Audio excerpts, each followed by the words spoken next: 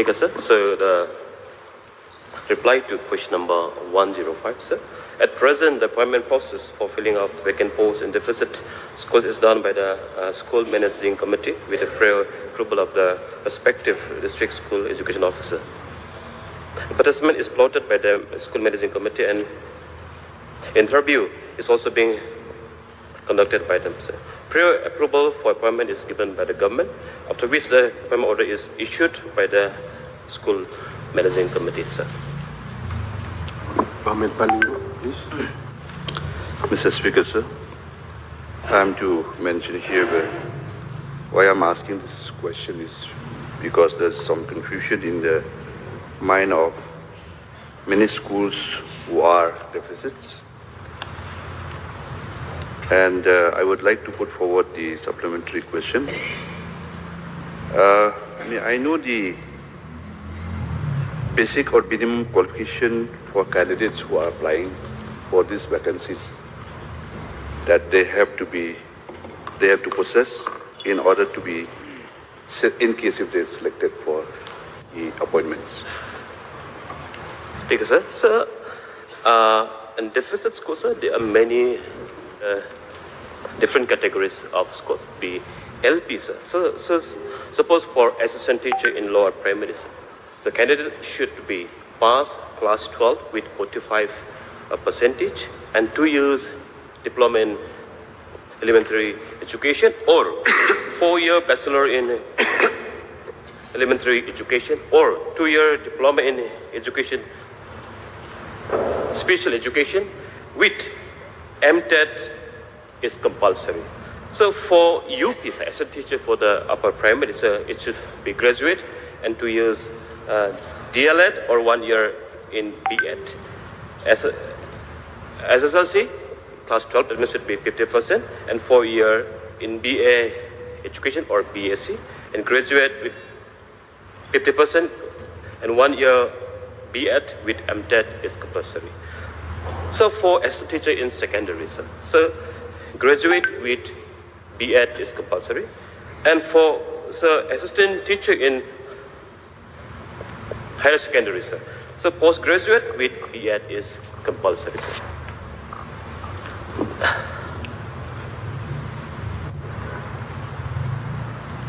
No other question. So we move. Yes, Barton Basomit, please. Sir, may I know from the Honorable Minister whether the government is contemplating to change the existing process as far as the recruitment of teachers in the deficit school is concerned or not? Speaker, sir, as of now, no, sir. The existing policy and the existing system will continue, sir. Yes, Parker, please. Thank you, Mr. Speaker, sir. May I know from the Honorable Minister in charge of education, how many deficit schools are there in the whole state, sir? Including LP, UP, secondary and higher secondary school. Sir, Speaker, sir, in deficit system, sir, in the lower primary, sir, total number of deficit LP school in the entire state is 3,361, and under UP section, sir, both teaching and non-teaching is 881, and so deficit secondary school, both teaching and non-teaching, sir, that's 2,363. So in deficit higher secondary section, so it is 186, sir. Thank you, sir.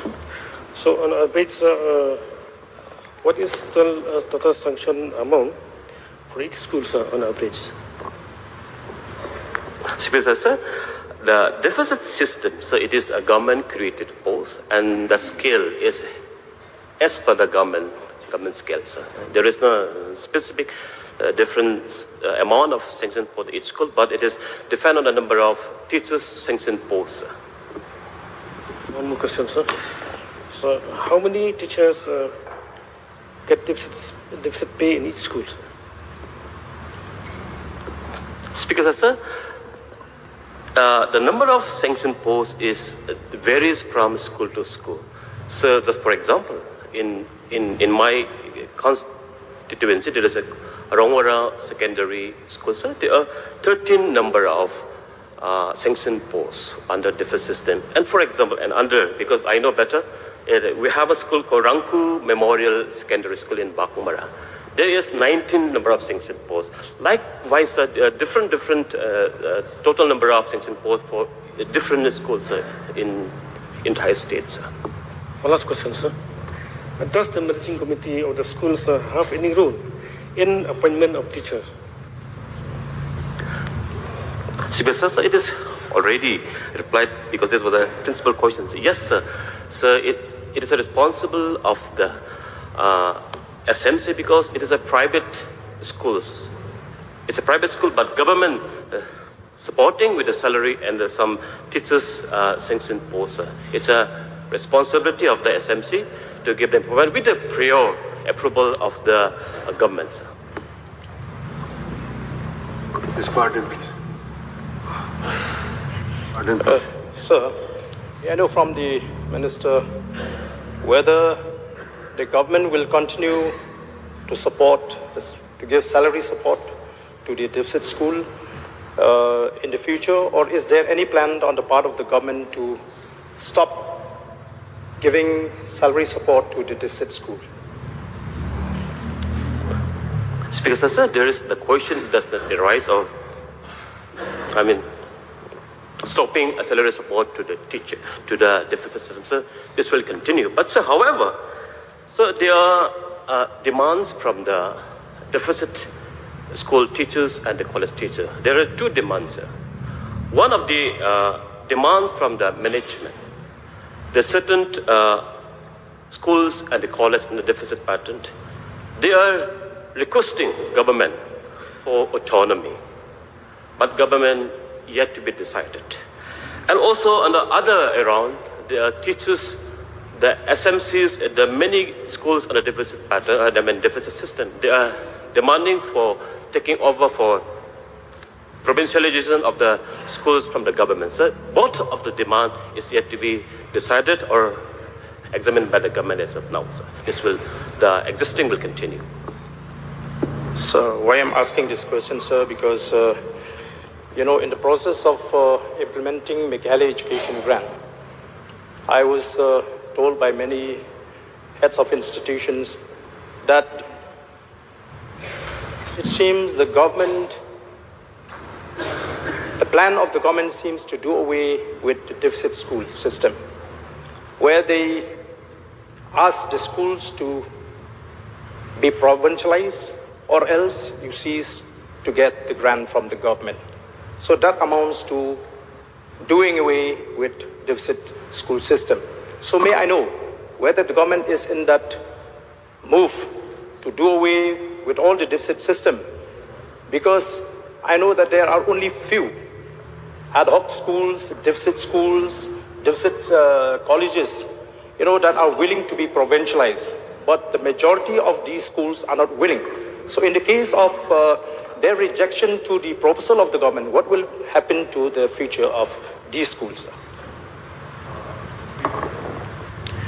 Though the minister has already replied, sir, I take this opportunity to clarify this very, very sensitive issue on the floor of the House. So the government's intention is not to disturb anybody.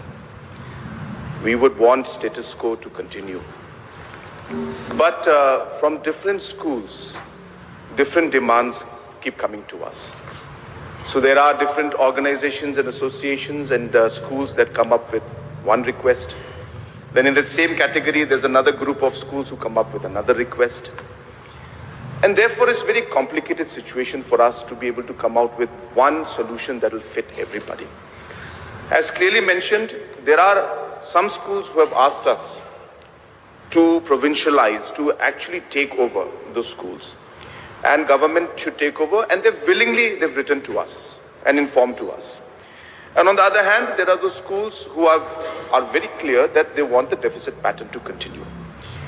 And in that process, sir, as we always do, sir, we have been very, very clear in all issues that we have been facing as a government, that we believe in dialogue. We believe in consultation. We believe in discussion. And that is exactly what we're doing right now, sir. We have, and when we go to discussion, we have to go with some kind of options to the people or to the groups. So therefore, in that discussion, the option of the MEG is also put up for feedback and information from the schools. What do you think about this? Please tell us. Can we tweak it? Can we change it? If you don't like this part, can we remove it, and would you then come? Because if education can be streamlined and lesser groups and categories can be created, sir, it is beneficial for the education sector as a whole. But in the complexity of the education sector, it is not an easy task. And that's why, sir, the reforms that we're doing are one by one, piece by piece, and we're moving forward.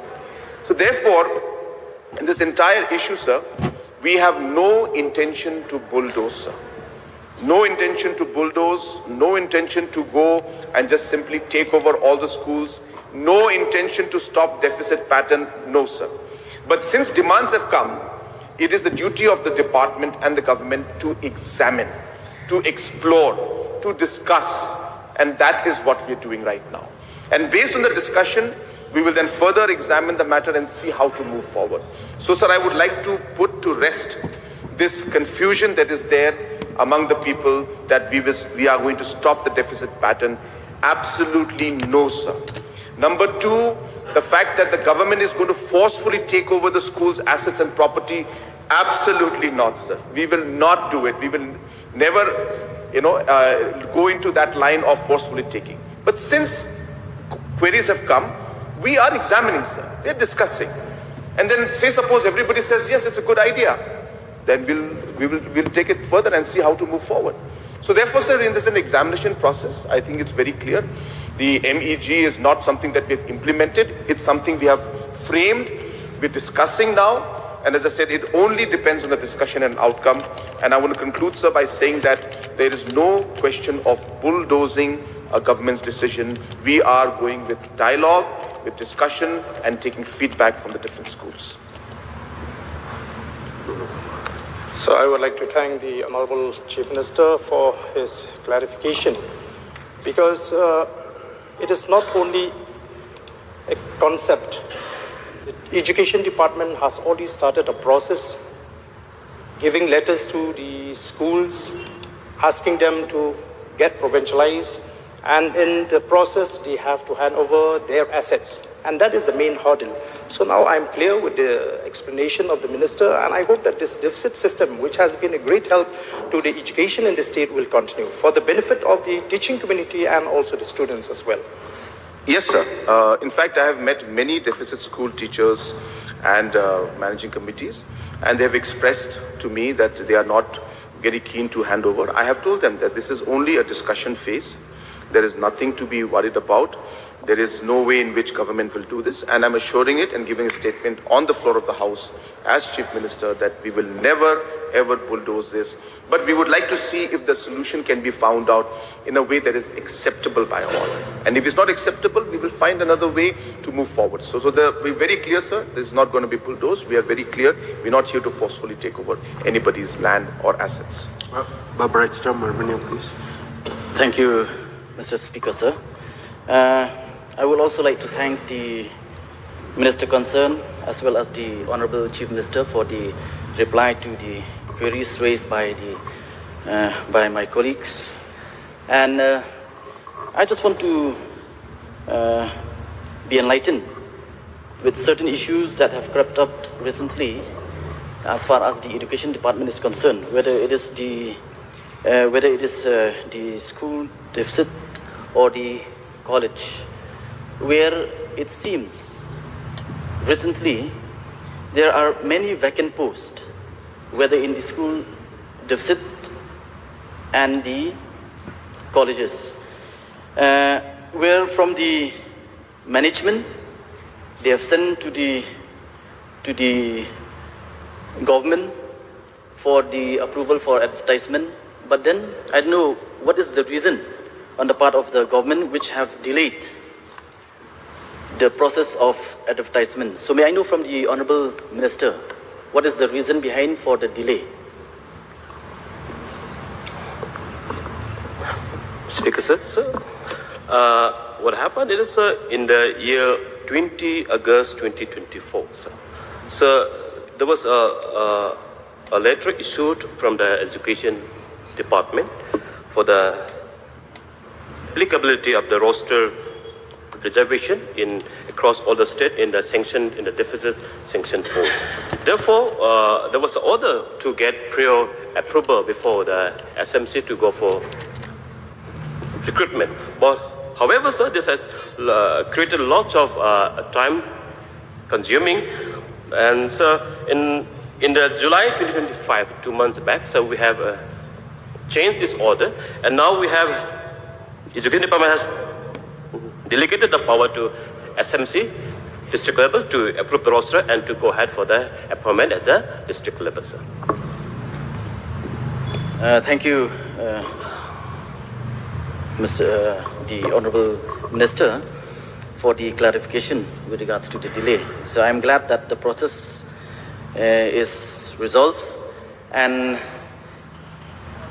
there's also one clarification that I would like to seek, not just with regards to the appointment, but it has come to my notice where many of the teachers that have been appointed in different schools as well as colleges in the deficit system, where usually, as per the rule, after 2 years, they were supposed to get the confirmation.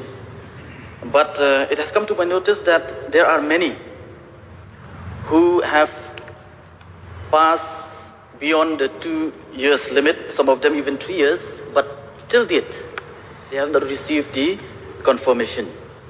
So may I know the reason for the delay, even with regard to the confirmation as well?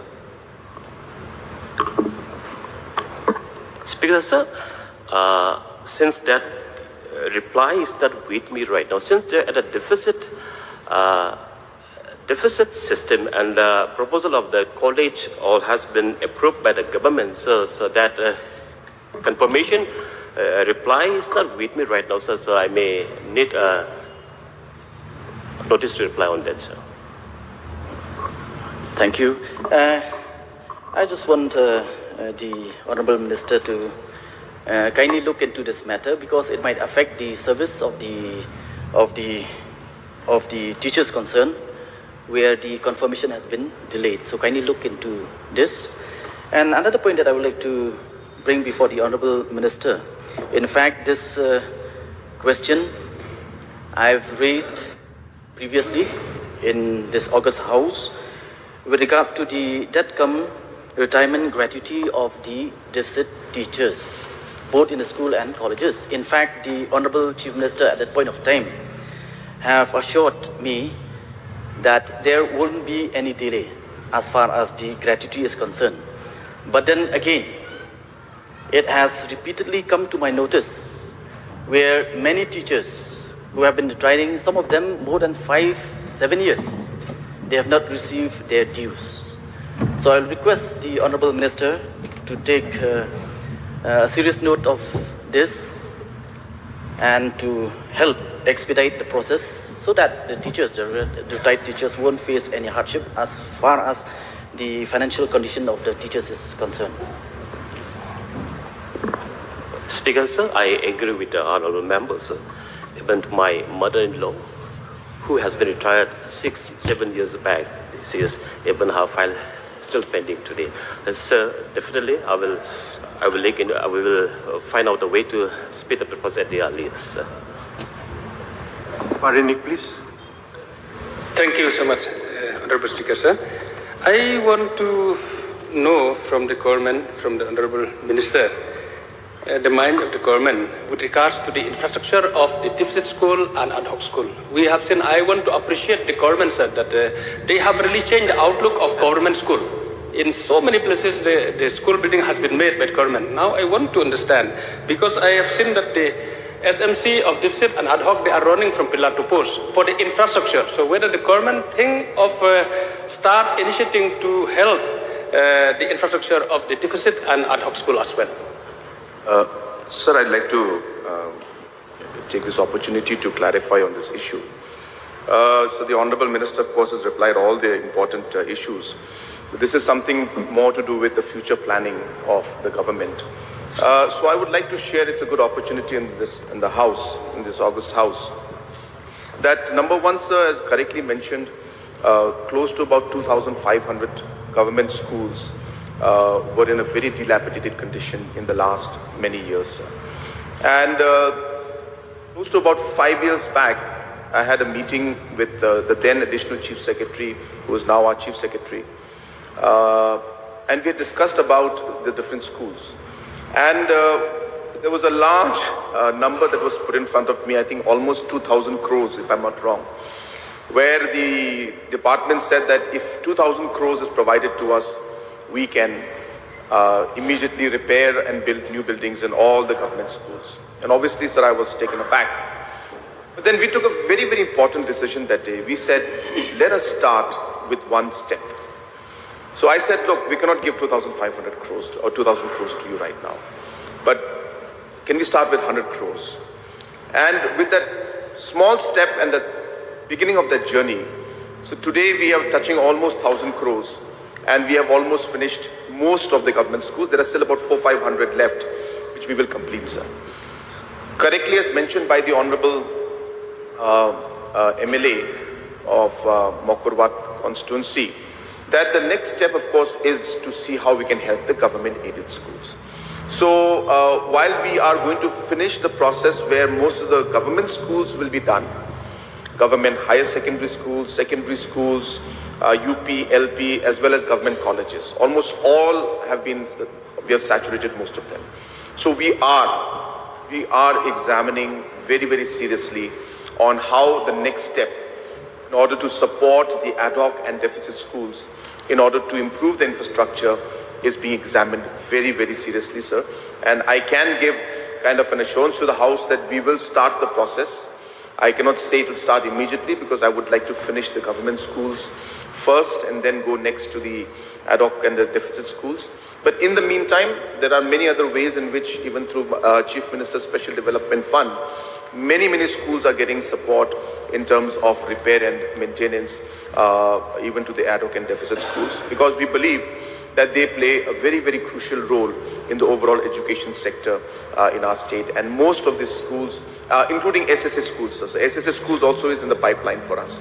So SSA schools, ad hoc and deficit schools, the improvement of infrastructure will be taken up once we finish the government schools and institutions.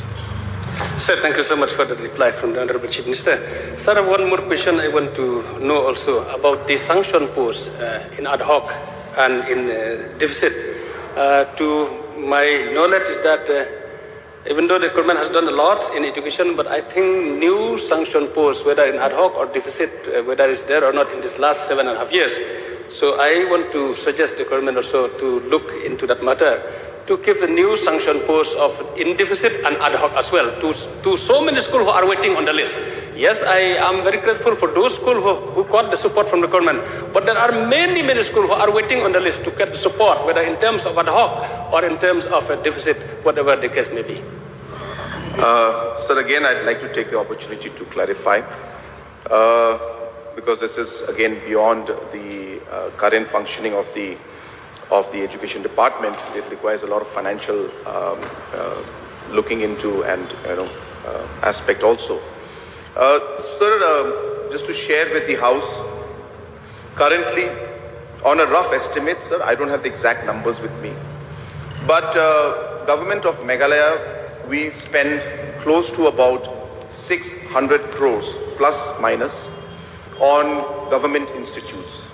So that's all our schools, LP schools, UP schools, secondary, higher secondary and colleges. We roughly spend about 600 plus minus. It must have gone up a bit in the past few months because engineering college and so many other colleges have come up. But plus minus we spend about 600 crores for government institutes. So the private institutes that are there, which are aided by the government, that's the government aided schools, which we all know as deficit and ad hoc schools.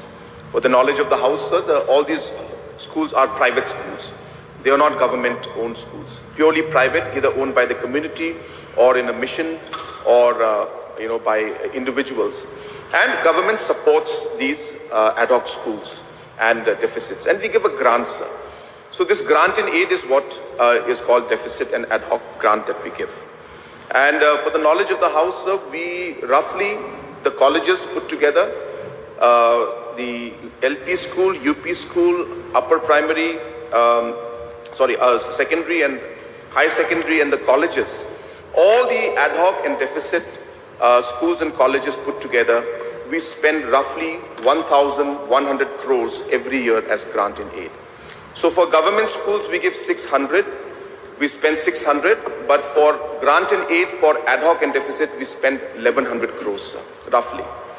So it's almost double.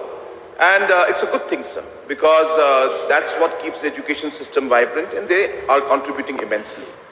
But the reason why I'm mentioning these numbers today in the House is that there are a lot of demands for ad hoc, additional grant for ad hoc and deficit.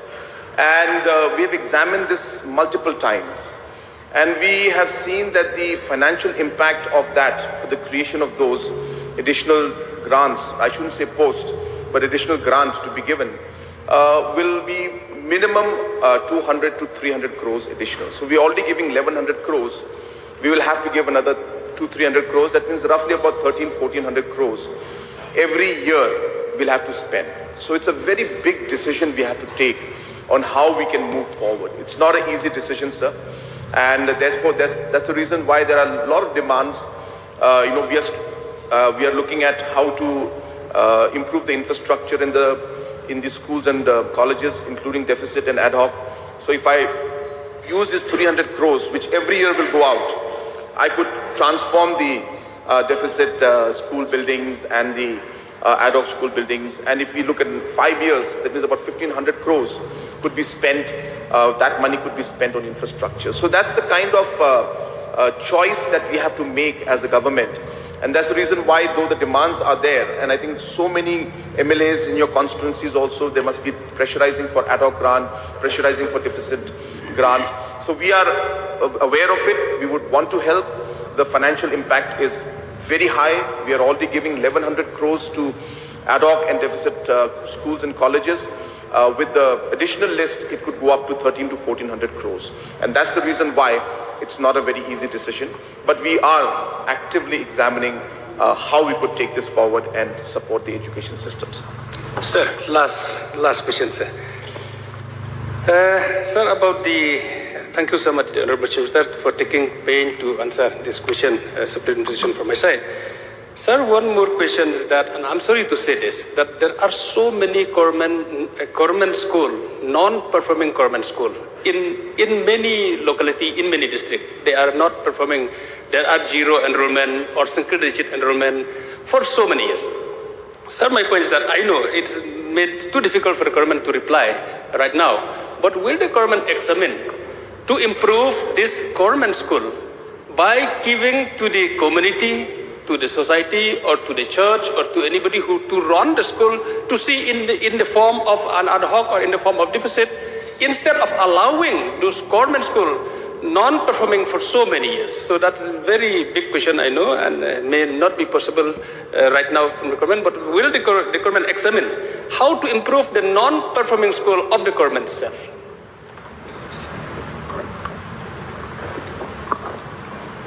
Speaker, sir. Yes, true, sir. Whatever the concern of honorable members from Conrad, yes. Many of the government, especially the government LP school at the village level, are non-performing. Many of the schools are without enrollment. So there are multiple problems and multiple challenges. And one reason is the less number of teachers, because most of the government LP school is having only 1 or 2 to 3 teachers only, having 6 to 7 classes. These are the one reason. And most of the parents used to send their children to some of the private and better schools in the nearby. So the proposal of the suggestion of the members is very, very good, sir.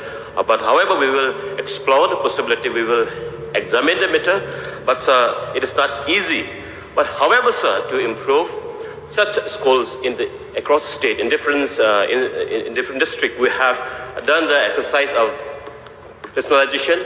Many of the SSA teachers from where there is no enrollment have been shifted to many of the government schools. So I don't have the detailed record up with me, so we understand the challenges. But however, government trying its best to shift many teachers from zero enrollment schools to the higher enrollment schools. Sir. So we are doing all this exercise to bring out better standard of our schools. Sir. Thank you, sir. Roni, please. So I'd also like to express my appreciation and gratitude to the Honorable Minister and especially to the Honorable Chief Minister for giving now priority to education from all the statement that he has given. Sir, he has stated that entails a lot of expenditure to improve the infrastructure and salaries. Sir, may I know, there was a program, externally aided program, to provide infrastructure for the schools and educational institutions that was funded by ADB. Whether that program is still, we are still availing that fund from ADB or it has stopped, sir. Just may know for the Honorable Minister or Honorable Chief Minister. Sir, because it will not be appropriate for me to give the wrong information in the House, but I can safely say that the first phase of that particular project has been implemented already. That is complete. The second phase, in fact, is on, and we are working towards implementing the second phase. But I don't have the exact details with me right now. So the first phase, which I'm guessing the Honorable MLA from Melim constituency is referring to, we have completed that first phase, and we are in the process of taking up the second phase, sir. But the exact details I will not have with me right now, sir. Pardon, please. Sir, since Honorable Chief Minister seems to be too willing to clarify, I would like to get another clarification, sir. There is a serious problem faced by the retired deficit school teachers. I was approached by many retired deficit school teachers and even the relatives of those who had passed away. And the problem is that till today, they have not been able to withdraw their CPF. They were asked by the department, the education department, to deposit their CPF deducted from the salary to an account in State Bank of India. But till today, they are not, they are not being able to withdraw their own deducted money, which they have deposited in the SBI. So they were told now that we cannot either deposit anymore or withdraw that fund which they have deposited. And this has caused a lot of hardship because with that CPF, they use for any emergency work or even after retirement. So may I get the clarification from the government? Sir, this is a matter that is there, of course. There are some court cases also going on. But I had met the deficit, the teachers, retired teachers who had met me on the same issue. And we have been examining this, and personal department is working on this. But at this point in time, I don't have the exact details with me. So therefore, sir, the matter is being examined and we are working on it. There was some tweaking and some kind of instructions that need to be given from the government side and some bank account details that need to be worked out. So all of that has been worked out, sir, and we expect that very soon. This has been a matter, sir, that actually was not handled in a proper manner earlier, and therefore it created a lot of confusion. So it's a kind of a thing that has been building up for a long time. But we have taken the steps now. Sir, I expect that within the next maybe 15 to 30 days' time, we expect a positive outcome on this particular issue, sir. Yes, Madam Miani. Mr. Speaker, sir, we all know that the responsibility of the government for the payment of salaries for the teachers in the deficit and ad hoc schools. Usually the government pays the salaries every month. But may I know from the Honorable Minister as to why there were non-payment of salaries in Southwest Garo Hills in my district for the past 3 months continuously.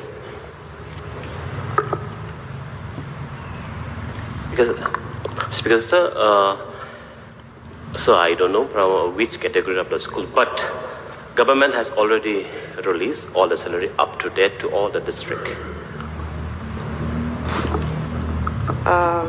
Mr. Speaker, sir, now I have been informed by the teachers from my district, from my constituency, that they have not received. I don't know if this has been released just yesterday or day before or this week. I don't know. Maybe it has been released. I don't know. But before the session started, I was informed that they have not received their salaries. So, therefore, may I get an assurance from the Honorable Minister to see whether this matter, what is the reason for this non-release of salaries for the teachers in my district for the deficit and ad hoc school teachers?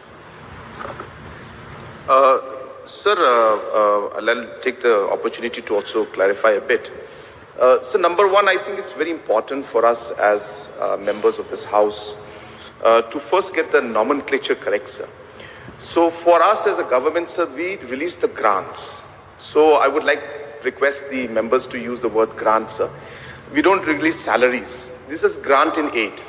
So after that, the school then pays the salaries, but we are giving grant in aid, sir.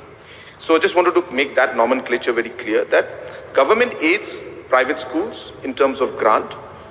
That grant is of course used for salary, but from government point of view, it's a grant that we're giving them. So that's number one. Number two, sir, as been mentioned by the Honorable Minister, that the money has been released to everybody. So there could be local district issues, so that we don't deny in the sense that we are not aware about the local issues.